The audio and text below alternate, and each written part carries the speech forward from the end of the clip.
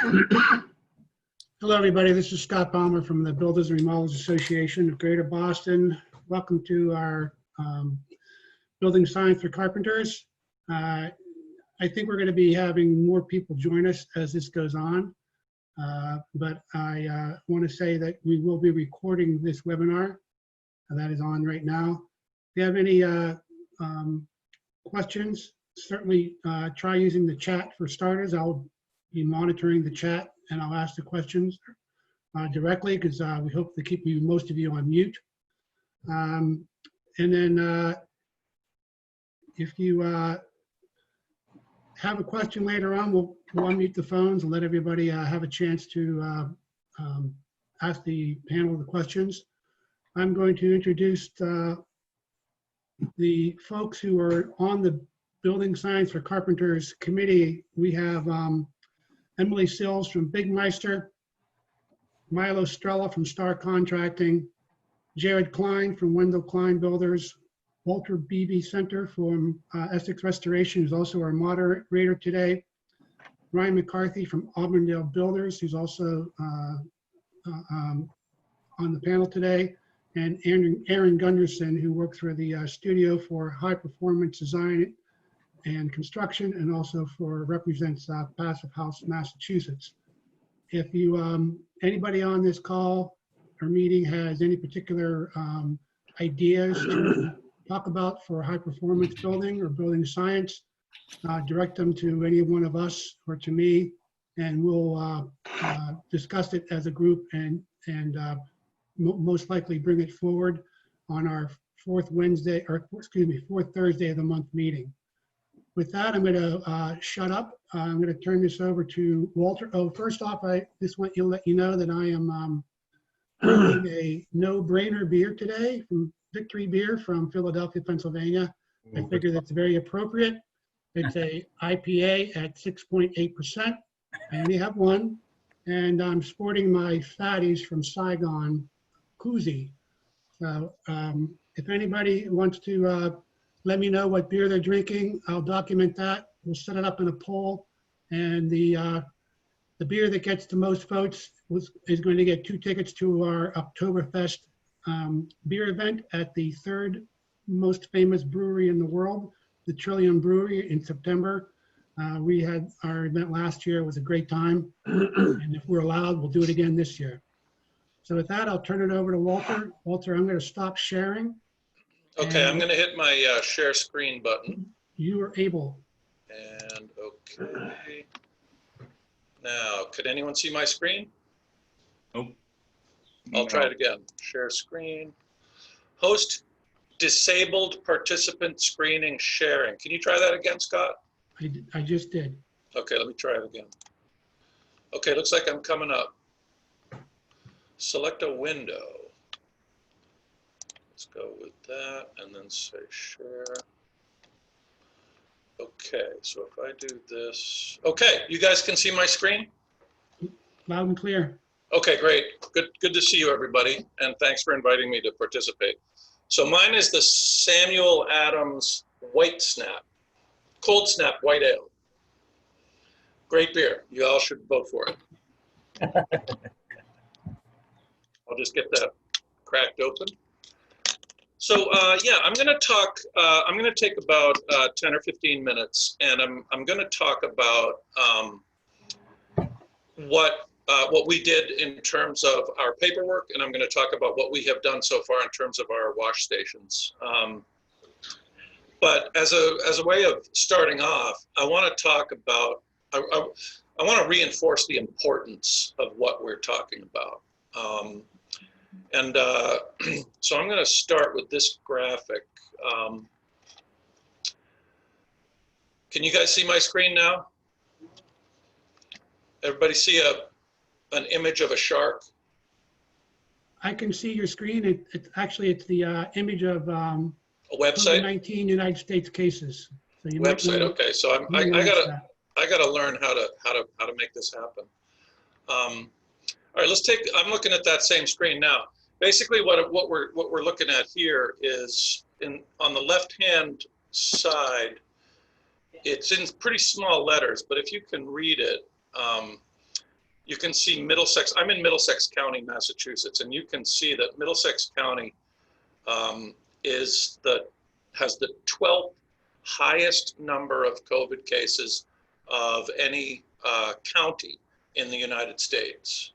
So this is a real thing for us. And I want to, I'm going to have to, you guys are going to have to excuse me, because I need to figure out how to share other screens. So let me, all right, I think I might be figuring it out. Can you now see a graphic with a shark? Yeah. Okay, Yeah. all right. So if we can, as an industry, can do what we do safely, we're going to help everyone in our community stay healthy, and we're also going to play a big role in helping bring the economy back after this, what's been a pretty serious jar to the economy. There's another thought that I had, and I got this from someone else, but I think it's appropriate. We don't know where the end of this is, and it makes it hard for us to make decisions. But we're making decisions. The municipalities where we work are making decisions, even though they don't know where this is going. They made a decision to close us down. They made a decision to allow us to open up again. We individually, each of us, are making decisions about how we plan our future, and it's difficult. And I like to use the analogy of navigating in a boat in the fog. When it's clear out and we can see our destination and we can see all of the conditions around us, we can make a very easy decision. Should I tack the sailboat now, or should I tack it in 100 yards? When it's foggy and we can't see our destination, we don't know what's ahead of us, we have the option of stopping and doing nothing, or we have the option of looking at all the evidence that is available to us, that is within sight, and then making the best decision that we can and proceeding. Perhaps proceeding at a slower velocity, but we do make those decisions and we do proceed. And where are we in this? We really don't know, but hopefully we're at the end of the beginning, and we're beginning to figure out how to solve this. On March 19th, that's when the town of Newton closed down a few of my job sites. There were 328 COVID cases in Massachusetts when that happened. 2 months later, on May 19th, Newton let us go back to work. At that time, there were 87,000 COVID cases in Massachusetts. And there's a reason for that. The reason is that we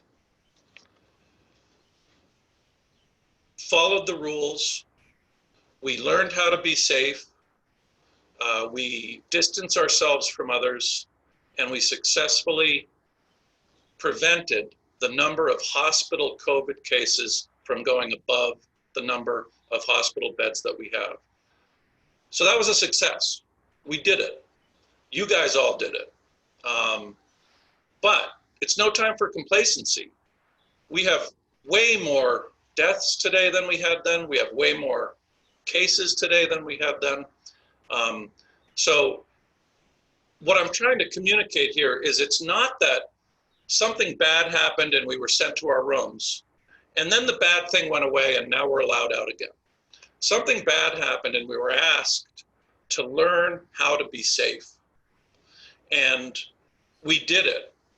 Had we not done what we did, it's very likely that the number of COVID cases would have been more than the number of hospital beds. So congratulations and thank you for doing it.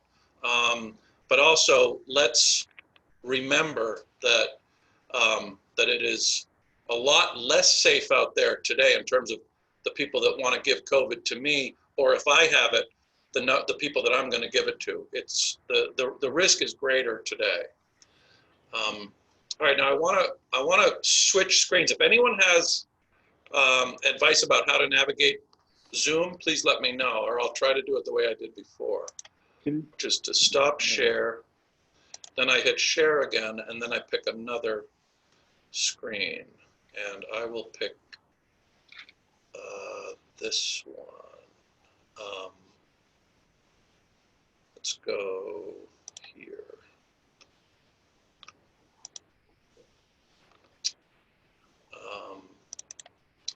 So the first thing we did had to do with paperwork. There's a lot of, if you can see my screen, you can see a document that I got from the Newton Inspectional Services Department. Is that what you guys are looking at? Nope. No? What are you looking at? When you opened the next, when you clicked on it, it didn't open it. It Okay. stayed at the. All right, so you're looking at my files? Yeah. All right, I'm going to try this again. Let's go here. All right, now I'm going to try. I'm sorry, you guys. Please bear with me. I'm learning.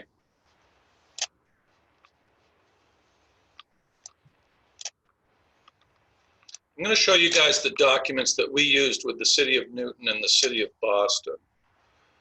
All right, let me try that. I'll get better at this, I promise. Any luck?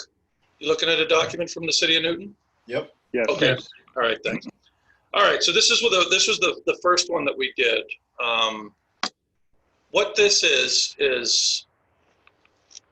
it's a two-page document that they sent to us. I believe they also sent it to every one of our clients for which we have an open permit in the City of Newton. On this document, it says you have to comply with various safety protocols and then give us the job address, sign it, and send it in. That's what we did. 24 hours later, they they gave us a reply saying that they received it and we're good to go. Next, what happened was we did the same thing in Boston. Please confirm that you're looking at a new document now. Yes. Yes. Okay. All right, thanks. This one I got perhaps from you, Scott. I don't know if you recognize this one. I think I got it from Bragby. It came from some national organization. And what this was this is 4 pages long. It's a little bit more in depth. When Boston said to us that in order for us to continue working, and it was triggered by our call for an inspection, we had been working the entire time in Boston. We did have an inspection after the governor of Massachusetts closed everything down except 2 essential workers. During that time, we called, requested, and did get 1 inspection. A few weeks later, we called again, and at that time they said, you have to submit a safety plan. So I used this one, and I edited it in Adobe. I added my logo, and I added my name in every key place. There's about a dozen times in this document that you have to erase what's there. I erased what was there and I added in my company name. I saved it, I emailed it to Boston, and less than 24 hours later, they gave me an email saying that they'd received it, they'd approved it, and it was okay for us to go back to work. Anyone who wants this document, if you email me, I will send it to you. All right, so now I'm going to have to go through that rigmarole of figuring out how to move to a new document, which I will do. Let's go here. Just bear with me for 1 second. I'm just going to show you a photograph of the of what we did in terms of signage at the job site. For signage at the job site, what we decided to do was to try to make something that we can that's somewhat permanent, that we can carry from job site to job site. So this is a piece of plywood. You guys looking at this? Can you see a photograph? Yep. Yes. Yep. Okay, great. Basically what this is it's a piece of plywood, and it has all of the required notifications on it in English, Portuguese, and Spanish. There's also some documentation and some extra supplies that's on this. The idea here is, let's make something that we can screw to the wall, and once we're done with this project, we'll take it to the next one. This one is to help with tracing. If there's a positive COVID case with anyone who's associated with any one of our job sites, we can go back by date and we can know everyone who was on the job site. And now, I'm getting towards the end of my spiel, but let me bring up some more photos. And let's see. One sec.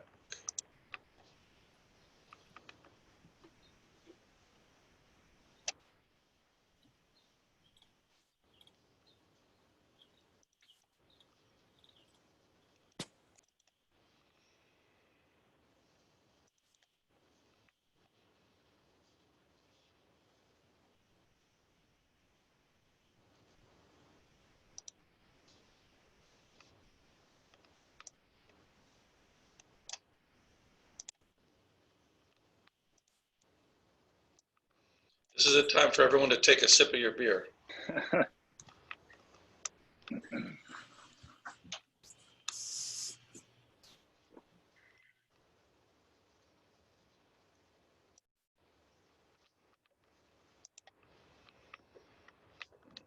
Okay, you know, this one, I blew it on this one. I'm gonna have to find my way back because I lost it.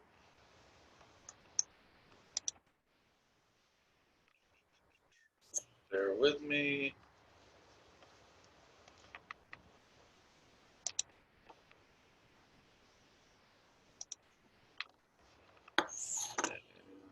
Here. Sorry guys, I know that must have been kind of boring.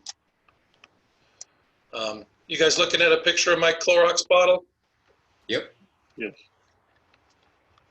Okay, so this is, these are some of the other details. We have this on site, our safety plan, and then this is our wash station with hot and cold running water. You can see there's a green garden hose that's going down to the left there. That's going to go to a hose bib on the property. We do in fact have a job coming up in a few months where we will not have water on the site, and we're trying to figure out what we're going to do about that one. With this particular job site, we have a hose bib. We connected the hose to it, and I'm going to scroll through a few pictures here. On the back of that same wash stand, we screwed some 2x4s, a piece of plywood, and an electric water heater. You can see that the garden hose goes right into that. It's feeding cold water and hot water. The water heater brand name is Emax, and it runs on a 110 AC cord. It has a cord attached to it, and we simply plug that into an extension cord, and that's where the hot water comes from. There's another view of the valves on that water heater, and there's where we're getting the water. So that's that's in a nutshell everything that we've done so far to get ourselves up and running. We feel as though we're just learning this. This is our first one. We finished it within the last 10 days, and we're gonna make a few more just like it, so we can have one on every job site. We're also gonna be paying attention to the other presenters today. We're hoping to learn some more tricks, and every time we learn something that makes it better, we're going to adopt it and we're going to integrate it into our job sites. I think it's really, really valuable, obviously, because we want everyone on our job sites to be safe, and our goal is that COVID transmissions don't happen on our job site or happen the absolute minimum. So we've got a goal to reach for. The other thing is that it's going to help us. It's going to help our customers. It's important that they know that we're being safe. I think that it will. Where is this going to go from a business standpoint? Are we going to get fewer inquiries about contracts because people are scared of the economy, or they're scared of the health situation? Or are we going to get more inquiries because everyone's been cooped up in their home and they see the defects of their home up close? They've been there for 2 months and they're motivated to do some home remodeling. Which way is that going to go? We don't know, but clearly letting everyone know that we care about safety, I think, is going to help. And that's the end of my spiel. If anyone has any questions, please put it in the chat and I'll answer it right now, or email me, and I'm happy to share everything that I have. And I'm also very eager to learn from any one of you what you've been doing, and if there's something that you've been doing that I can integrate into my system. So Scott, back to you. Thank you, Walter. When you get a chance, type in your email address into the chat for everyone to take a look at. And with that being said, I'd like to turn it over to our Kevin Craddock from Craddock Builders. Kevin, can you take over the screen there, or do I have to assign this to you? It says that I can share the screen, so it seems fine. Okay. Yeah, I have a couple slides, and then I can talk a little bit about, what we're doing, but just a little background on like my setup. So we have about 10 active jobs running, and they're pretty large, full gut renovation, and I think 1 new construction and 9 renovation projects. We also have a cabinet shop that's fully operational now. Our office staff, it's just me and a couple other people in the office. The rest of the office staff are either, we have a couple people that really can't work from home. They're on furlough, and the remaining office staff are working from home. So we're doing this. Initially, when Boston shut down, I closed everything down for 2 weeks, and then decided to ramp back up and gradually got back up and running. And Newton was the last job we reactivated. We're working in Cambridge, Lincoln, Marblehead, Beacon Hill, JP. So we're all over the place. And I have to say, I find that Cambridge has the strictest, the strictest regs on this, and the paperwork filing and everything. And so what we're trying to do, we're trying to do it in a uniform way. So we're just kind of bringing everything up to the Cambridge level, including contact tracing, whether or not people are asking, or the building departments are asking us to do that. So yeah, let me just do a little bit of a slideshow. Let me see if I can get this going. I've been spending some time on Zoom, so I think I got it. Imagine that, spending time on Zoom. I know, really. Got to find which, COVID. I've got a feeling that I'm going to use Zoom more and more. There's some real advantages to this, and I'm, as you can tell, I'm not that computer savvy, but yeah. this is going to change our industry, I think. You guys see that? Yep. It's a PowerPoint. Let me see what happens when I press play. Can you see that? Something's changing. It's a blank white screen. Oh, it is. Okay, hold on. Yep. It's now I'm completely lost here. Hold on a second. Jesus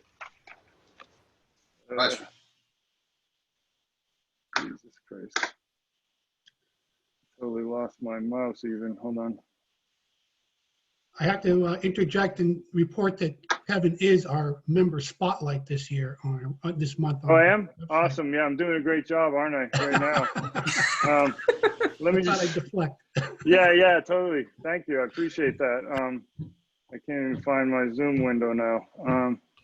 So right, Kevin, we're looking at a piece of Durock with some posters attached. Yeah. So yep. Yeah. Totally. Well, I'll just do it this way. I was going to do the PowerPoint way, but here we go. So you see that? That's our signage. I just have a bunch of pictures from the job site. Can everybody see the piece of CDX with signs on there?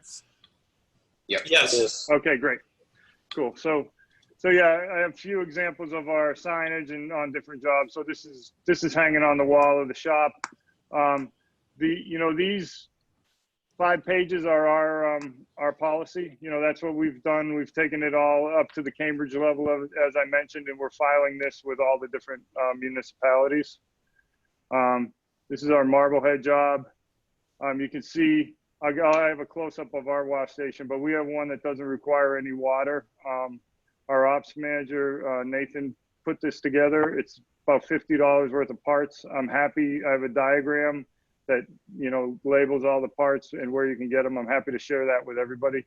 Evan, are you describing something that we can see in this? See my image? cursor there? Oh, the 5-gallon bucket. Yeah, it's a bucket on top of a bucket. The clean water in the bottom, it pumps up and drains into the top bucket. And then we've got a paper towel roll. We have a soap and then trash, which is required to have a trash next to your hand wash station. You need paper towels, you need hand soap, and you need a trash can. So yeah, that's what I'm talking about. I'll show you guys a close-up of that in a minute. But yeah, so here's our signboard. This is when you're coming into the job, and obviously we've got other signage and information here.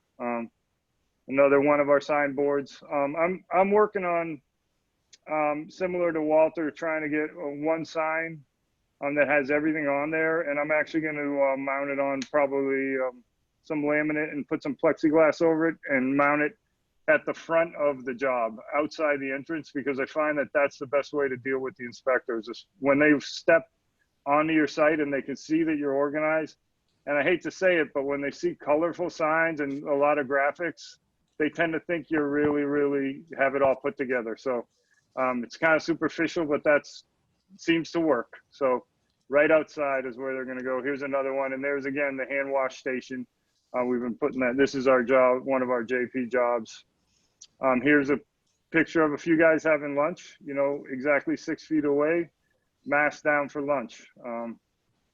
Some guys working. I'll mention in this, everybody's, when we get within 6 feet of each other, we're masking up. There is a requirement for gloves, and we're compromising on the glove requirement when there's safety or quality issues. And we're just making sure that we're washing our hands all that much more frequently for that. Because as people know, I mean, using spinning saw blades and stuff with gloves is not a good idea. And also, you can't feel a lot of stuff with a glove when you're getting into quality control for finished work. Here's another. So this is Ron, one of our leads on site, suited up, doing some siding work. Here's the guys in the shop. Same thing. In the shop, we wear masks all the time because we rarely wear gloves. Just because of all the machinery and equipment, I just don't feel that it's safe when you have things that are feeding automatically. I just completely disagree with that. So we're we're masking up all the time. There's not really, we follow the job site rules in the shop. We don't really have complete guidance on how we're supposed to act in the shop. So we're just following the job site rules. Another thing we're doing is, you see that green X. So in every job site in our office and in the shop, we've designated and labeled hotspots. So we put a green X everywhere. And we go around with a spray can of disinfectant and paper towels and wipe that down 4 times a day on a schedule. You can see it damages the paint. This is one of the doors in my office. It's going to wear the paint off. It's going to take the finish off doorknobs, but it's in the name of safety and especially making our crew feel good. This is in the job. This is in the shop. Again, this is you can just see how many hotspots we have. They're everywhere. And we just have people going around wiping all the time. This is that same sign entrance to our shop. Another job site that's open air. The other thing I would say is that on the job site, there's a real threshold going to confined spaces. So every time we walk into the job site, we're inside a house, we're opening, obviously this is an open air job site in this photo, but we're opening all the windows. And also we're not using any type of power ventilation because that's going to spread these droplets or whatever throughout the project. So we're just letting the wind do it for us, and we're opening windows. So here's a close up. We're getting to the hand wash station. So there's a bucket of clean water on the top. There's an empty bucket on top. This is a salad bowl that's turned around with holes drilled in it. This is a foot pump. I'll show you another picture of that, but you basically just pump this. It's something that Nate knocked together in the shop real quick. This is a piece of, and then he's got some tubing. He's got a piece of aluminum bar that he just bent to guide this, to guide it and create a spout. Here's another shot of that, and you can see always have the trash can. Here's a pedal made of some scrap pre-finished cherry plywood, and then there you go. So he's got like a one-way siphon bulb. I'll go back up. So you flip that, it's on just a regular door hinge, and you just step on that and it pumps the water into your hands. It's an awesome setup. I think he got the idea from, a DIY camping hand wash or camping sink or something like that.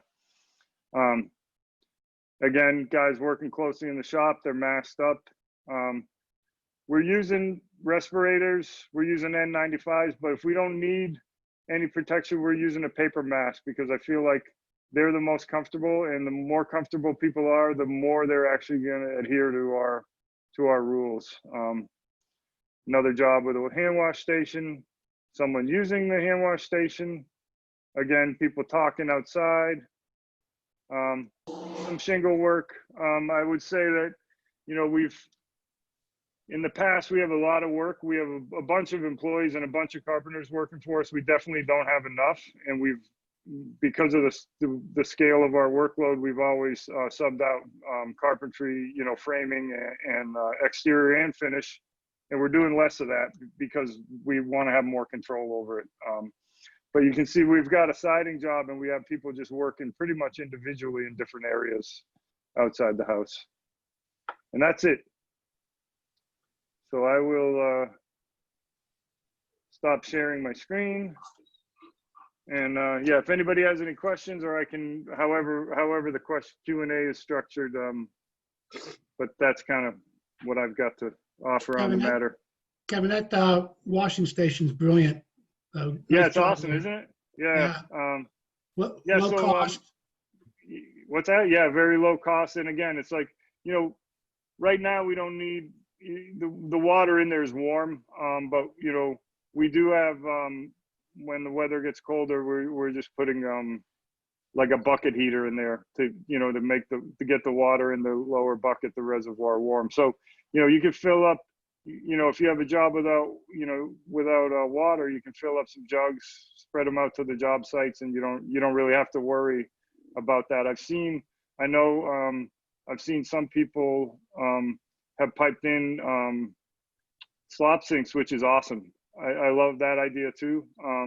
it's just more expense. And honestly, you know, all of this is really expensive, obviously, on our, as companies, on our overhead and also on our on-site expenses. So we're just looking for the cheapest, most effective way to do everything, and, you know, try to provide as much value for our clients. I love the idea of you putting the all the information outside the door, so that anybody Right. walking by can see that you're, you know, doing your thing. And it Yeah. puts, I'm sure it puts the inspectors more at ease when they see that right off the bat. So that's a really good practice. I have a question about, you know, obviously now the idea of the fresh air moving through the workspace is a great idea.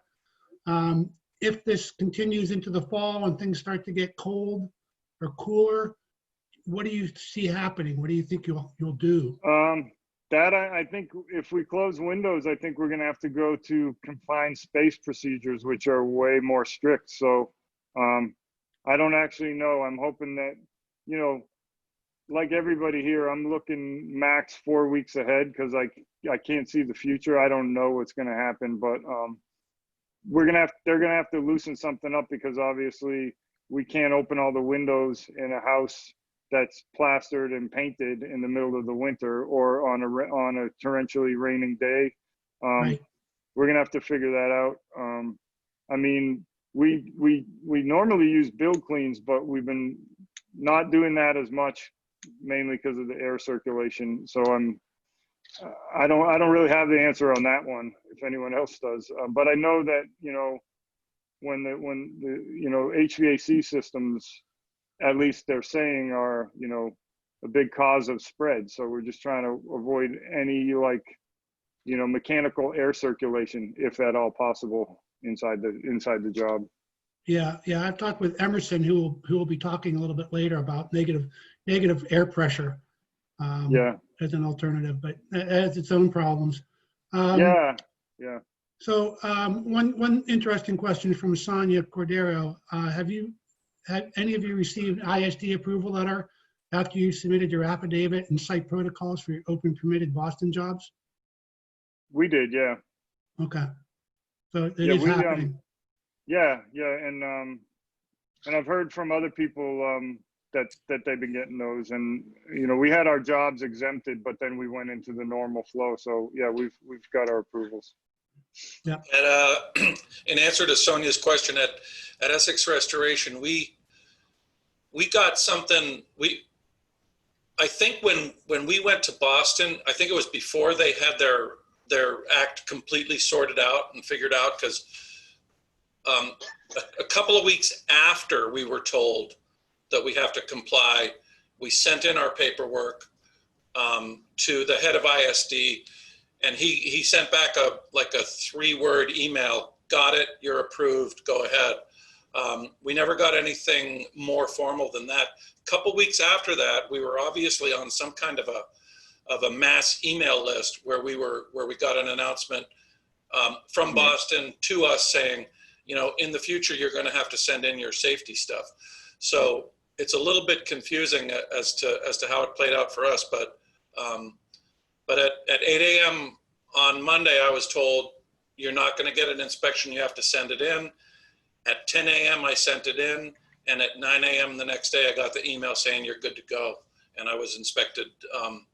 You know, that my inspection was delayed an entire 24 hours as a result of that whole process.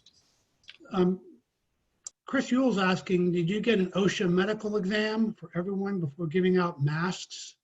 I don't know how OSHA plays into this, but they're not respirator. I mean, they're probably referring to the respirator okay. fit test. Yeah, we're not. I mean, we don't require a respirator, so we don't do the fit test.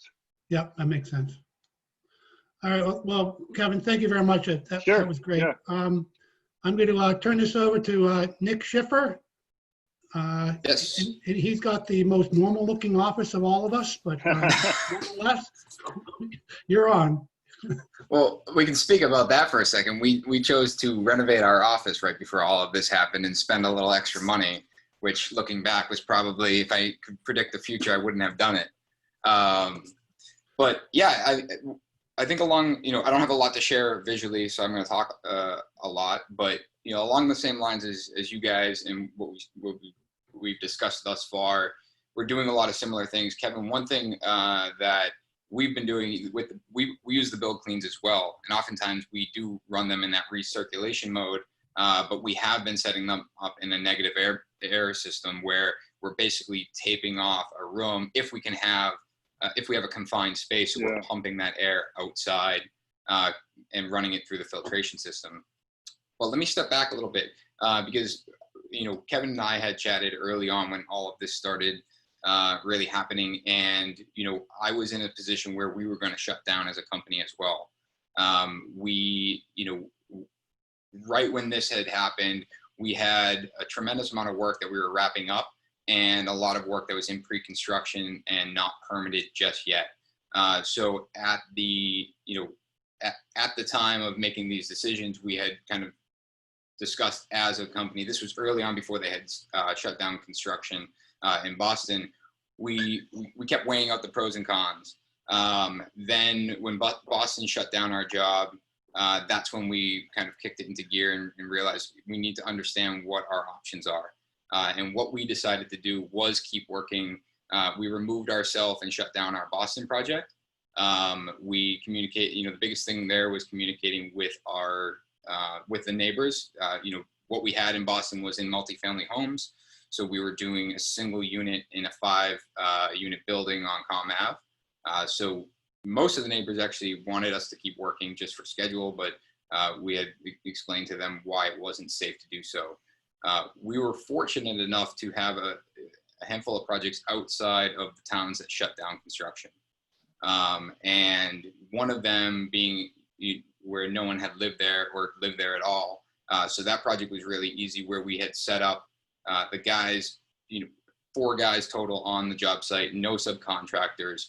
And we made sure that we were in a position where we could maintain progress on those projects and make sure that we weren't, ultimately as a business, that the guys were remaining billable, but also where we could, that way we're covering our expense of them being on site, but also making progress. I think the biggest and most important thing there was communicating to the client that, this project we can either delay it a little bit by working at a lesser rate, or we delay it and wait until this passes and we come back on board.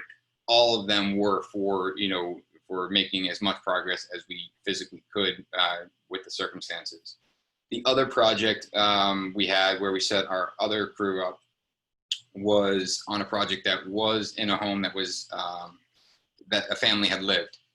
And some of them were in medical. They were working from home. Their kids were home. We had a phone call with them and basically left it up to them, and they wanted to see progress. So what we did is we created complete confinement from the home. We had, created a separate entrance to the home. So there was never a time where we were crossing paths. So it was very separated and to the point where we were essentially in our own job site. That one was a little bit more confined.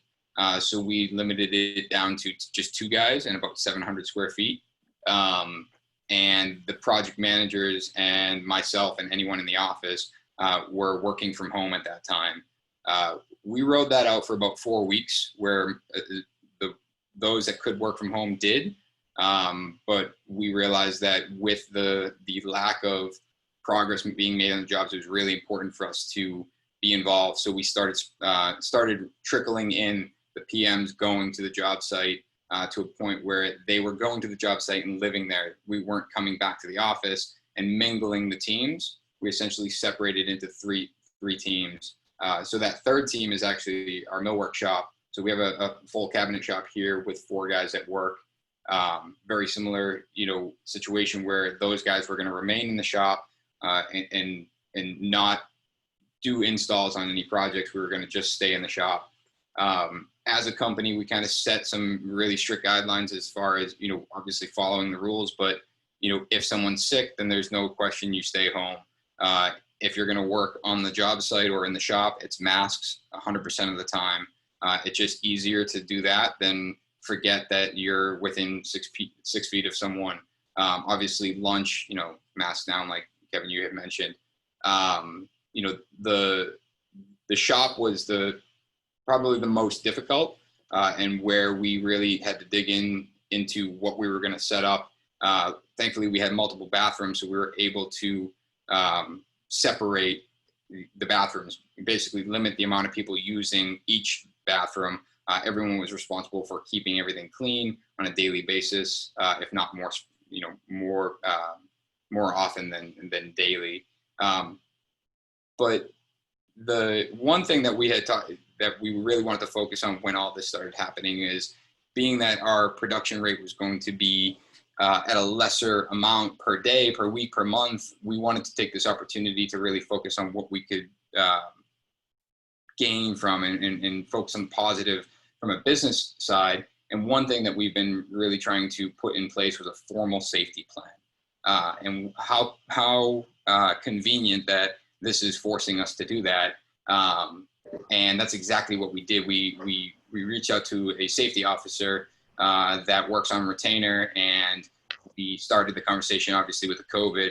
Same thing with Boston. We wanted to have a COVID plan that we could submit and get approval to get back to work, but we wanted to make that standard across the board. I am going to share my screen real quick. This is what we've set up on our job sites, and this is just a slop sink. Most of the projects that we're doing are in fact a renovation. This is a renovation of a master suite. The other project is a renovation of a kitchen, and the third project is a renovation of an entire unit in a brownstone. All of them which have plumbing already on site. So it did cost more than Kevin's option. This was about, I think it cost like $700 between the faucet, the sink, and having the plumber go out there for a special trip to tie it in.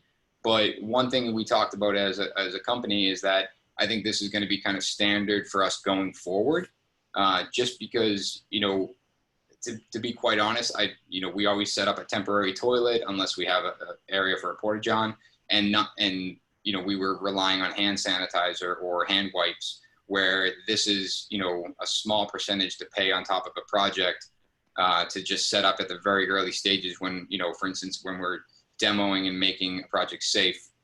In the case where on one of our new construction projects, we might not have that opportunity to have plumbing there to tie it in. I think that's something where we would look at doing something, for instance, like Kevin had set up with the buckets, or whether we're running a garden hose and to an electric water heater. That was something we also discussed. I think just fortunately for right now, we do have plumbing on our projects, and there's no reason for us not to have a hand washing station.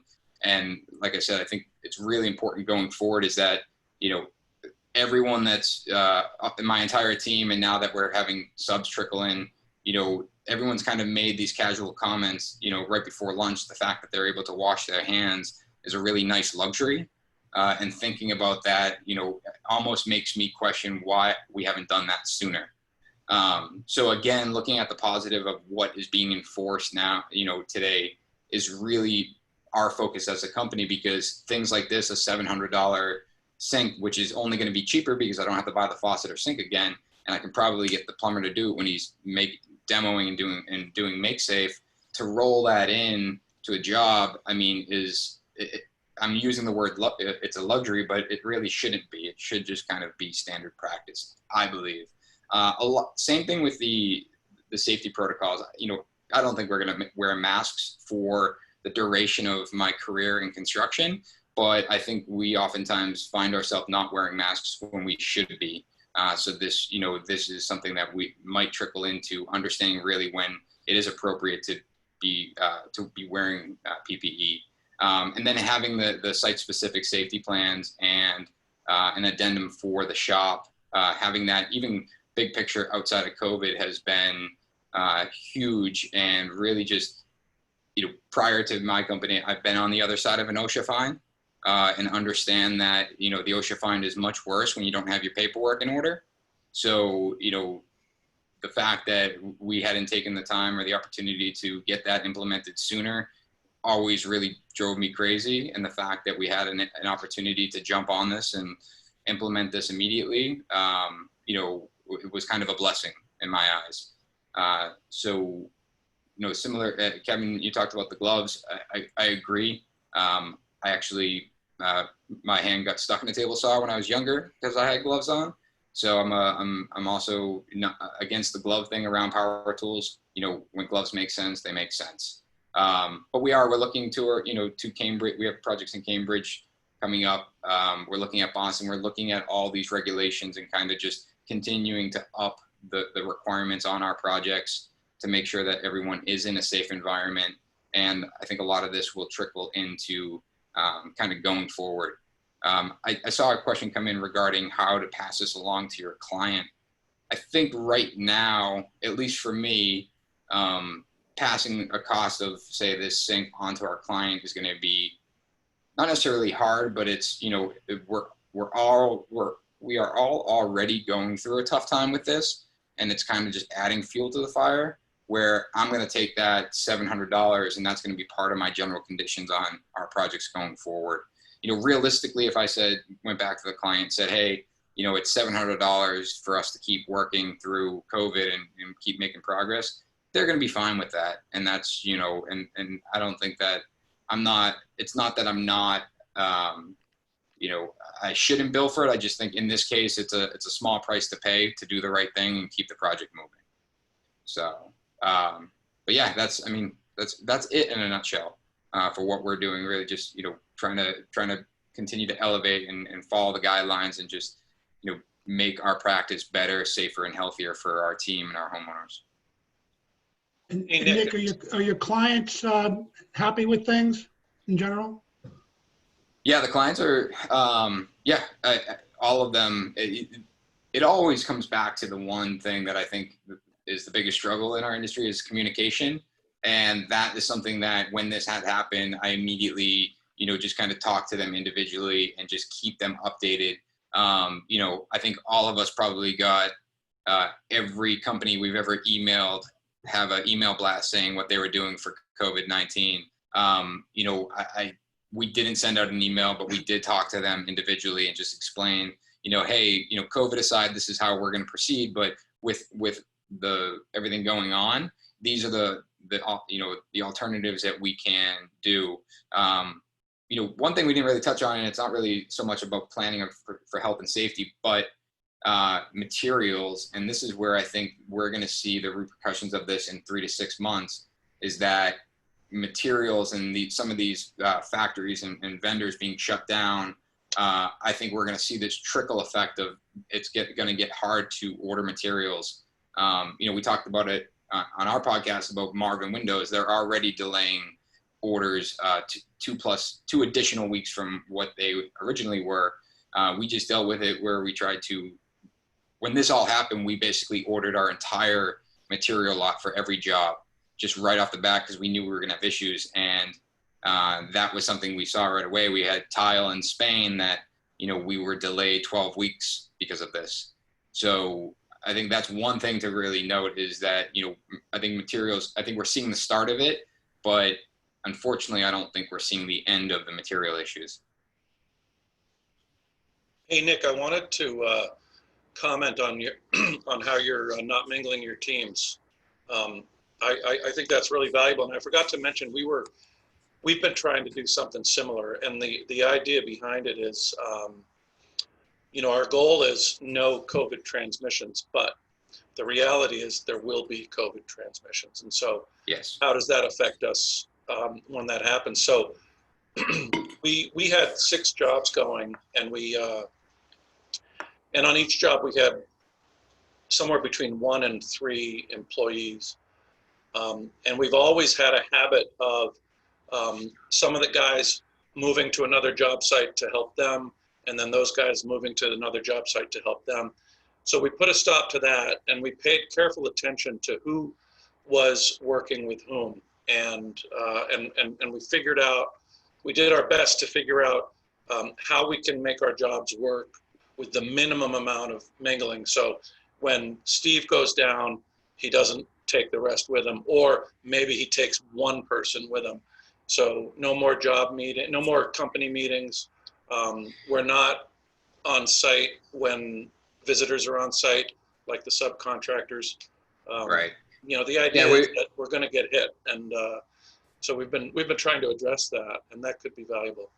it's tough. And, you know, one thing I kind of said, I feel like I know I can't enforce it, but, you know, when all of this happened, I was very clear that if, you know, we're going to do everything we can to prevent us having to shut down. And if one of us gets it, we're going to have to shut down. So with that being said, there's no mingling amongst the teams. But additionally, I'm going to ask you guys on a personal level, you go home, you stay home, you come to work, you stay at work. And, you know, and I know that's hard to ask. And, you know, my wife, I got a 1-year-old and a 3-year-old, and my wife's going crazy.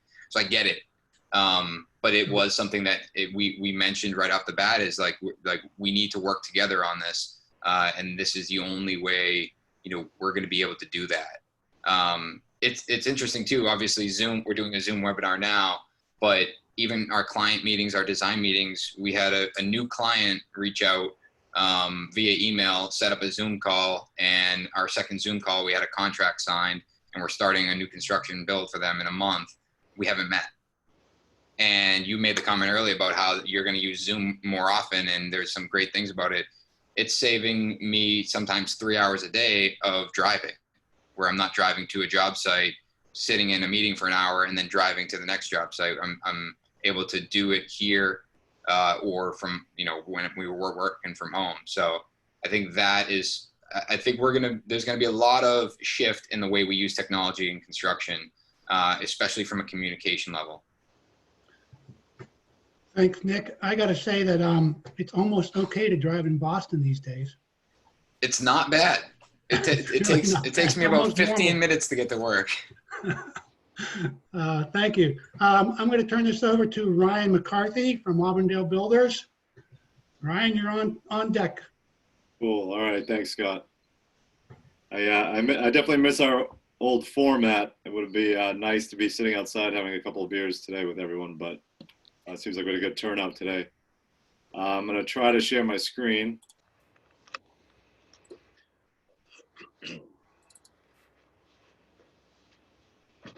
How's that? Yeah, it's coming up.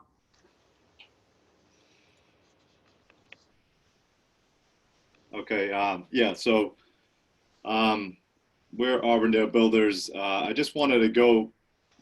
The agenda for me was to just talk about our policies and how the policies evolved as the pandemic evolved, because we certainly don't have it all figured out, and we're still learning. But I think we have some good policies in place, and we're doing a pretty good job with it.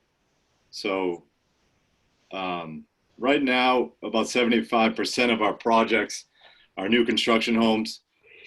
We work on high performance buildings, so net zero buildings, passive houses. And most of our work is in the Newton area.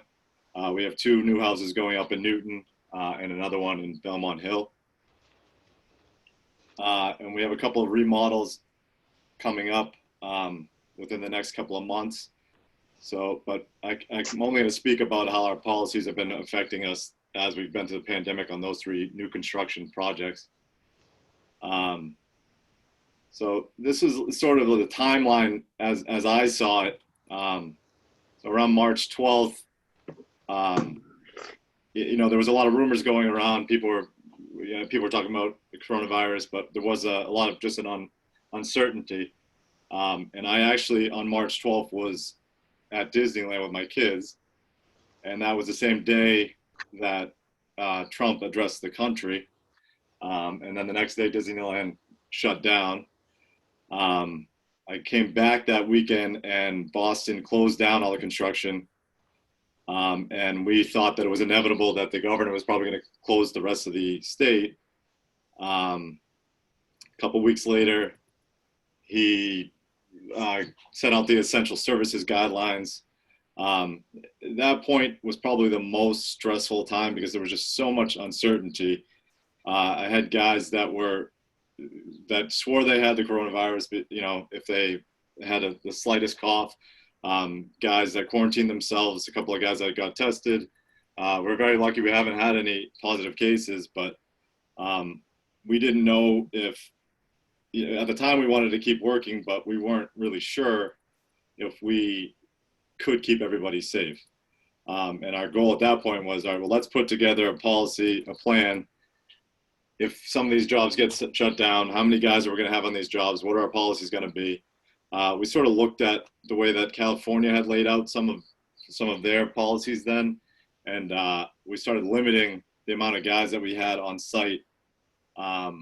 We started wearing masks pretty early, and we set up a wash sink early as well.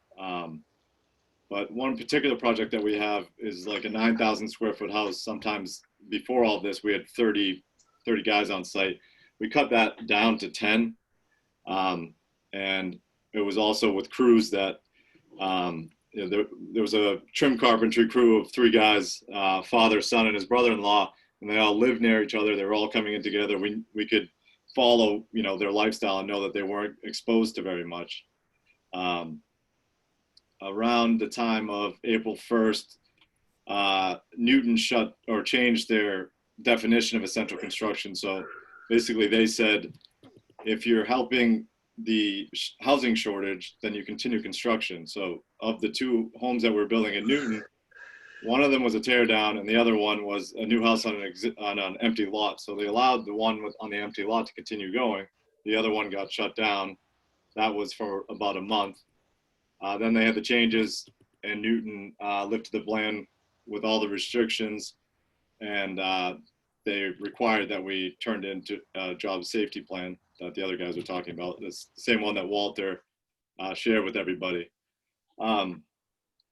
At that point, we had a lot of great policies in place. We were being safe. We had put out job signage all over the project. We had wash sinks.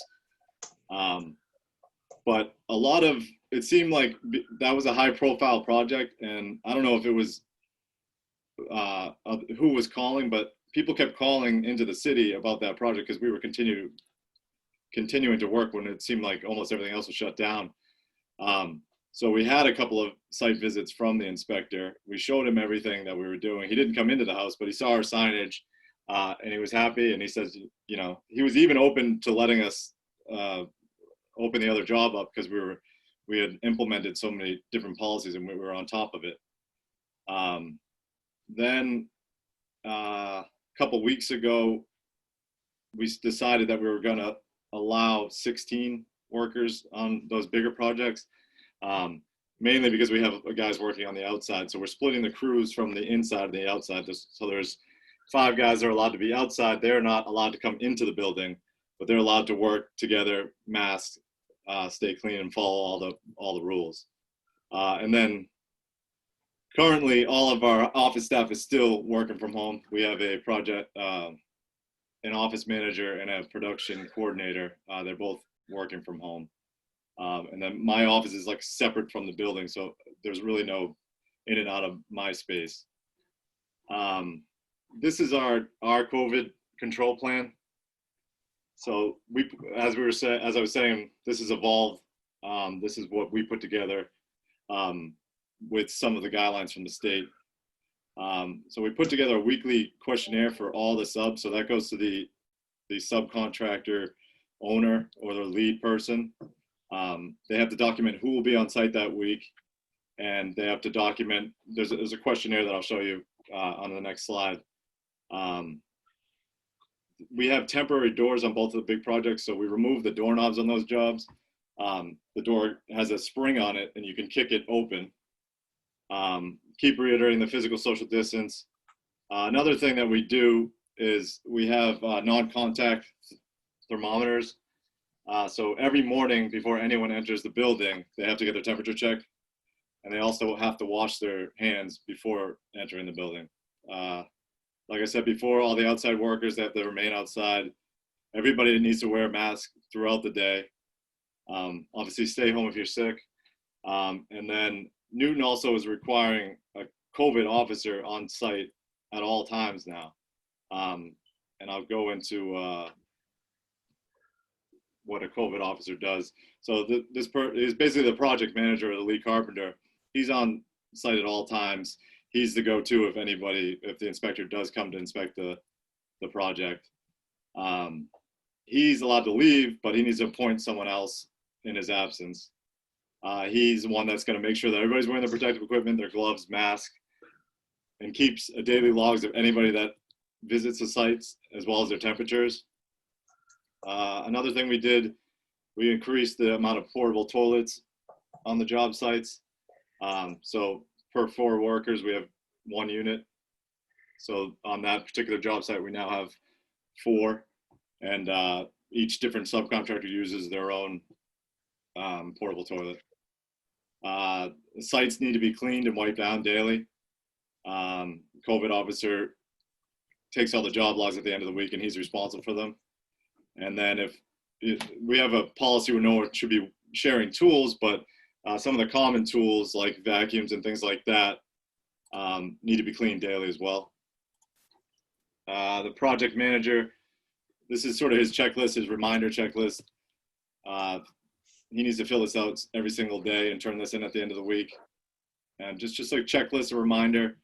You know, you can't, this is new to everybody. We need to make this the new norm. So just check off, this needs to be at the end of the week. This is our safety policy we gave to all the subcontractors, and our project managers also have to go through it. Basically the same rules that we went through. One thing that I should have mentioned before we did all of this, you know, we had conversations with everybody, said you're not required to come to work right now. We'll figure out a way that people get paid if you're not comfortable working around people. You know, safety is also, like, has always been priority. And this just breaks down the rule. Every time you visit the site, you have to see the safety officer when you're entering. Earlier on in the process, we had a couple of times where we had people, different vendors or something would come to the job unannounced for whatever reason. And, you know, we had to make it clear to them, no one is entering this building. There's a sign now, do not enter the building unless you see the COVID officer.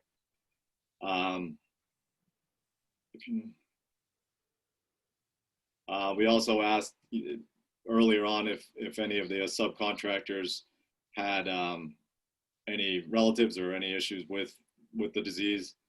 At the time when we made this, we limited to 10 tradespeople. And then scheduling, we didn't like to see, a couple weeks ago, I had a painter that got rained out another job. And so he tried to send 3 more painters to the job site sort of unannounced. And, you know, that's an example of, no, we need to be scheduling everything days ahead. You need to look ahead at the weather before you just send guys. And number 10, just if there are more than 6 people on site, we had multiple hand washing stations. So we have more than 1 hand washing station.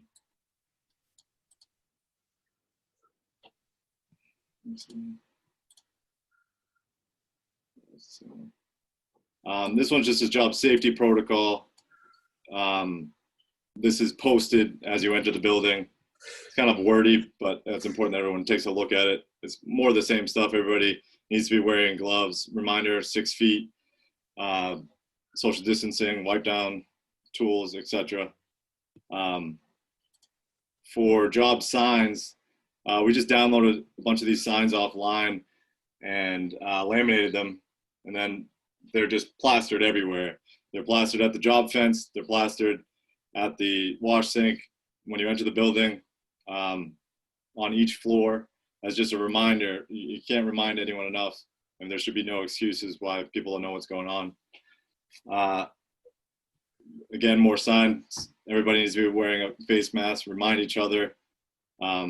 Needs to always be on. This is the wash sink that we've been using. It has a foot pedal, so nobody has to touch the faucet at any time. And we have 2 of those set up on each job. That wash sink was like $175, and then this valve was like $75.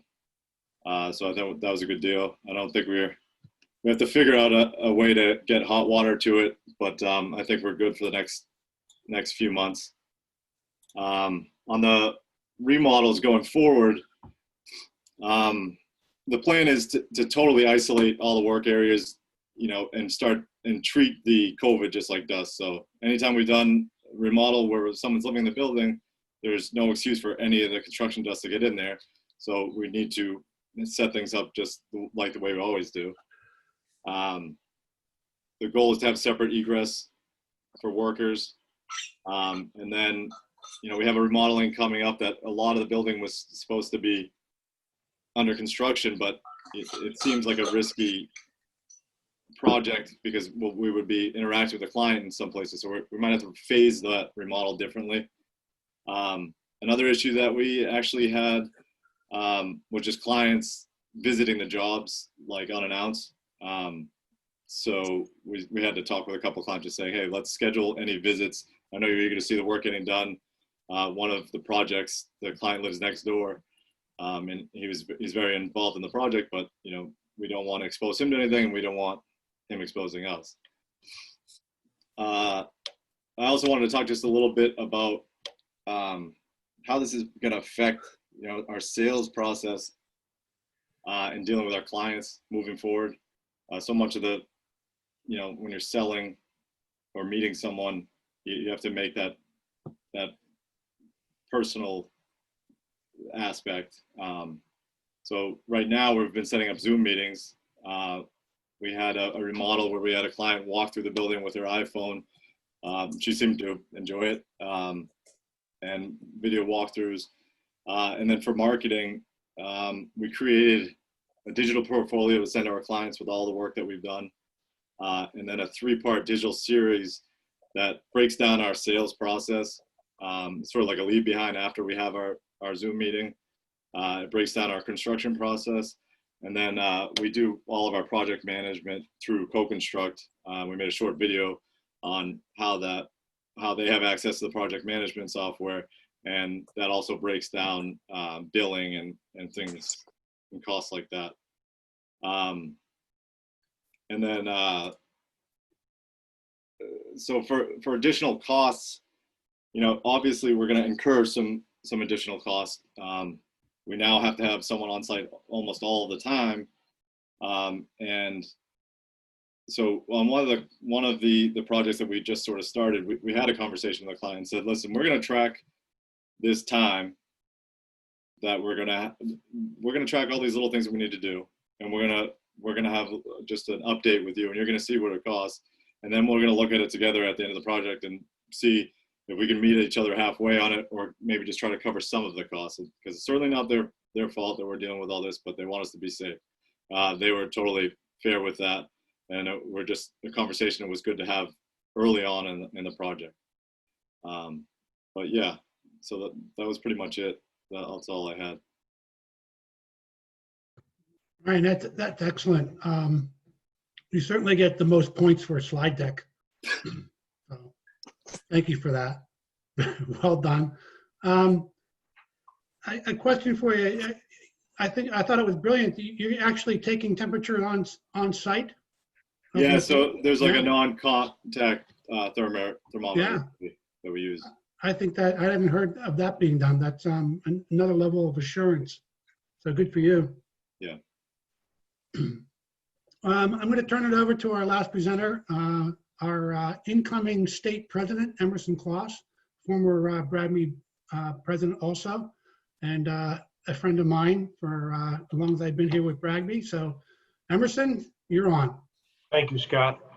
So I don't have any fancy slide decks. I've been spending a little too much time on Zoom myself. So one pitch I want you guys to understand, and you probably, I know the presenters are very active in Bragby. I hope, more of you attendees will become that way and realize how much Scott, the other 4 executive officers of the locals in the state, and also our state executive committee and board has put in hundreds of hours to be able to present the protocol that the state actually adopted and made what we're all talking about and following now. Zoom calls are, and I failed to mention also our executive officer, Joe Landers, and our lobbyist, Ben Fierro. I mean, crazy amount of calls. We were also, because of Ben's real strength on Beacon Hill, able to be invited to the reopening committee's a Sunday conference call. Four of our builder members, I was one of them, along with Ben. We were on with the Lieutenant Governor, Secretary of Housing and Economic Development, Mike Neely, Secretary Pollock, who, by the way, had a project in Newton that was stopped cold, and she was not happy about it. And 18 staffers from different offices and agencies within the Commonwealth government. And they really listened. They listened to what we talked about. They grilled us about how we could keep safe working in people's homes for those that do remodeling, and how we could keep safe in total. And you know, how we could impress upon not only our members, but the public that we're doing our jobs. So, you know, obviously a lot of what we're doing is really necessary and great ideas. Some of it we probably should have been doing for a long time, right? But the perception moving forward is we were very proactive as an industry. We were very proactive to support the governor and his staff in getting this, giving them some fodder to actually keep moving forward and answer the questions, because they were getting a lot of heat. They were getting a lot of heat out of Boston. They were getting a lot of heat out of Marty Walsh, why we were staying open and nobody else was. You know, the unions mostly closed down in Boston, and they're like, well, why are those guys working? You know, so again, we had a lot of input there. It was really good to do, but it was pretty time intensive. So I want to make that pitch that you guys know that we're out there working for you constantly. And it's part of why we're still up and running. And the EOs deserve a lot of credit. They fielded a lot of calls from all their members, sorted through the info, got it up to us. They're doing conference calls or Zoom calls once a week, just about to this point, as we were once or twice a week at the executive committee at the state level. So it's important. And, you know, I think I reached out to a couple guys, and actually some that made complaints that weren't members. And we've actually seen some guys, even though times are tough, and, you know, we've all looked at an economic impact here, that have signed on and said, listen, if that's what you're doing for us, and I'm not even a member, I'm in. I particularly called a guy before we got on with the Lieutenant Governor. I could only reach him that Sunday morning. He took my call, and I said, listen, we can help you with whatever. And some of the cities, and Newton in particular, because I do quite a bit there and have had problems with them in the past, you know, they got a lot of pressure from the administration to open back up. Because if you had asked them prior to that Sunday phone call on Friday, if they were planning to, they weren't. And on Monday, by the end of the day, I think they were figuring it out. So that's a big deal. So it's really important to see that work. And we have a lot of good people that have come to bat, and our members, like all of you guys, that have given us feedback and given us pertinent information with facts that we could work with. Because that's what, anytime you talk to these folks, they don't want ambiguous, you know, blah, blah, blah. They wanted facts and figures, and they wanted to know how, like, I know when you mentioned the tear down that was stopped, and the fact that I related to, one of the builders I called had a Newton tear down. The people were living in a hotel with a June move-in date. I mean, that's kind of critical to that family. And I also stress that to that builder, he also has a deadline written into a contract that, yeah, we can all talk about the coverage of COVID and whatever, but people can still get sued. And what did it hurt on a vacant job site to have guys working? This guy had the sink set up, he had all the stuff. So that's kind of where I'm coming from. And I just want to make sure you all knew that Scott, as one of the local EOs, has really worked hard on this. Our state EO and our lobbyist has really done a yeoman's job of it. And so the other thing is, I'll mention just quickly, I've been involved with, I actually do a lot of work for a dentist here. He actually happens to be my dentist out of default. And him and another dentist out of Wayland, very proactive in their association, although their association is very weak at the state and national level. They were pretty impressed about what we were able to do. Well, they took upon themselves to look at the CDC guidelines and OSHA guidelines, and actually have gone and retrofitted their offices to provide negative air systems in their operatories. And they're circulating it back through, and it's a process of some ultraviolet lights, some scrubbers, some other stuff. I will tell you, we're not doing that on job sites. It was not cheap. My dentist has, I think his goal is to have 8 operatories back up and running here. He's got 6 right now. He's probably going to be all told right around 40K by the time it's all said and done. But the reality is he runs us an office here with 4 dentists and 8 hygienists. So that's probably a 2-month loss to him was probably equivalent, or, you know, so to those guys, it made sense. So I bring it up for 2 reasons. There's some technical info out there. If your clients ask you for stuff or they want to do crazy stuff, or you get those phone calls, that kind of stuff can be done. And it might be a little cottage industry you create. So other than that, I just want to update you on what the state, our hand in this has been, and what our local EOs like Scott have done. It's been an interesting 3 months, I would say. Thank you. Thanks, Emerson. Emerson, thank you very much for that. And I will add that the state has worked on a COVID exposure prevention protocol. They actually have a certificate program in place as of, I think, yesterday, to be able to take a 1 credit state-approved CEU credit on workplace safety to go through. It's an online, I'll send everybody the link to that when I'm sure it's open. It's an online 1 hour roughly training exercise, and you can have a you know, your employee or you get the credit for the construction supervisor license renewal process, but also you'll be able to get a state certificate saying that you'll have a job safety inspector on staff at your company.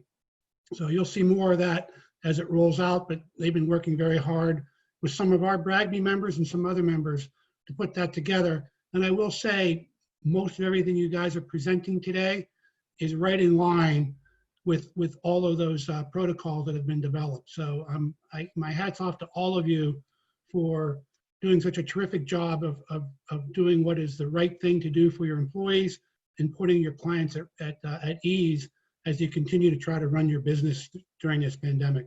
So thank you all for that too. Scott, if I can add for a quick moment, you know, when Scott mentions his certification, one of the things our Sunday call with the Lieutenant Governor and Secretary Pollock was the one who raised it.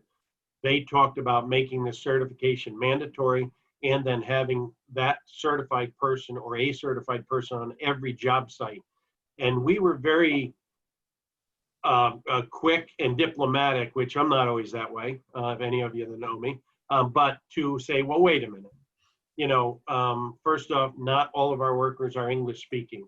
So now where do you draw that distinction? So, and by the way, the state also talked about making this available in Spanish so we can cover that aspect. But we walked it back to saying, can we have a roving supervisor and somebody in the company? And they quickly saw how not all of us builders are these monster builders that have 100 people on and do this big high-rise stuff.